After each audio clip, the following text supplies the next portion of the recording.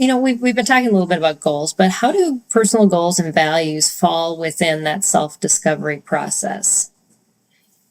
Well, this is basically what I'm most passionate about, and that is that young men and women should determine what their core values are. Mm. And if your listeners can envision a large oak tree, very mature oak tree, and it's a cutaway with a root system that goes deep into the ground to hold the tree up.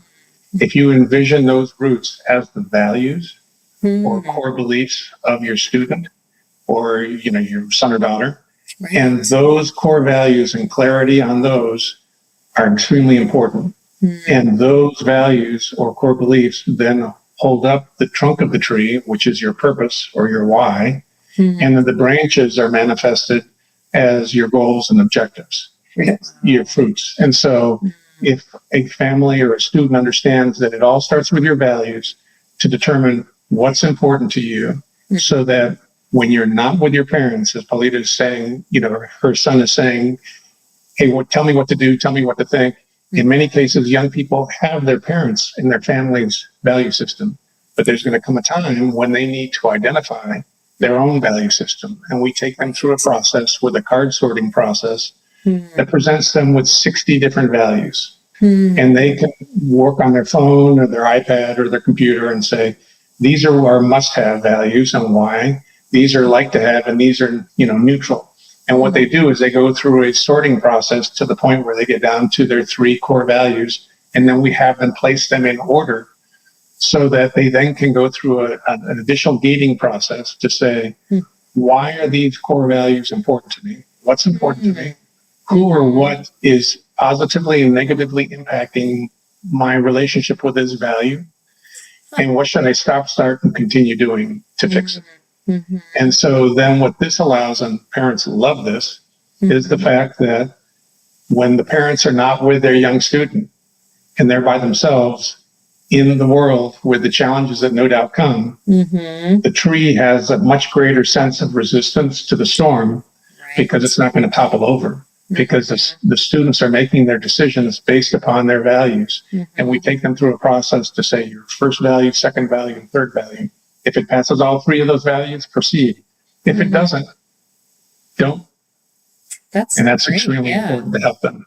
Right. Those are some good checkpoints. And, I heard a statistic or what teenagers who are, well, I guess kids that are teens right now, that they will switch careers 7 times in their lifetime. And the value of having those, understanding what your values are, what your beliefs are, and getting that at such a young age and having somebody walk you through that process. I mean, so when you do have those decisions you have to make, you have that checklist, just like you said, and that can make it so much easier because there's so many options that students are faced with, and as they become young adults, and they will need to make those transitions. And I can see how that would make that a lot easier in the process of being absolutely. One metric that really does explain that is that only 27% of college graduates are working in a role closely related to their undergrad degree.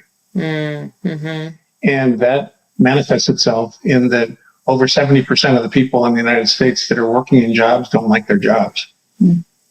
Yeah. And then what do? You almost feel stuck.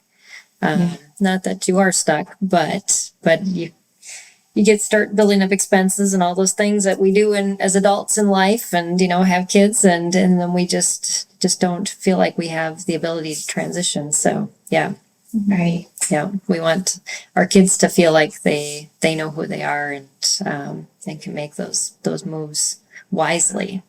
And I think that's what you're talking a lot about, is that wisdom that they need to have to know who they are and what they do best. And the self-discovery, compounds on itself and builds on itself, because if you know your values, you now have 200 data points of strengths and weaknesses. You then take a Kolbe assessment, which tests your cognitive problem-solving skills. And so it doesn't tell you how intelligent you are or how you relate to other people like at Myers-Briggs. It's basically how you instinctively solve problems. You then take all that information that you've collected so far and you put together what we call your DNA statement, your distinct natural ability statement, because young people today are not sure what they do because they measure themselves versus their social media feed if they have a phone, and everybody has a phone. And what this allows a student to do, and we work them through the process where they write a paragraph about themselves that says, this is my wheelhouse. These are my distinct natural abilities. This is what I do really, really well from all the feedback and my analysis and self-discovery. And so then they can volunteer, whether it be at school, at work, or any activity, to say, I know when I volunteer for an activity and I volunteer doing these things, I'm going to be successful. And that gives them a sense of confidence that really helps them. Yeah, that's extremely important. Plus, it lessens their stress if they're doing items and doing volunteering for things that they know they'll be really good at, and not stressing themselves to try to do it when it's not in their wheelhouse. Right. And armed with this self-discovery, then the student can say, okay, so now what is my purpose? What is my why? And, Simon Sinek coined the phrase, finding your why. Yeah. Very good book. The fact is, what is the high school student? He's a junior, a senior, a freshman, a sophomore. What does he do to succeed? Well, he studies, gets good grades or doesn't, and tests well. Now, why does he do or she do what they do? And that's the thing that we help them address. We help them figure out their why.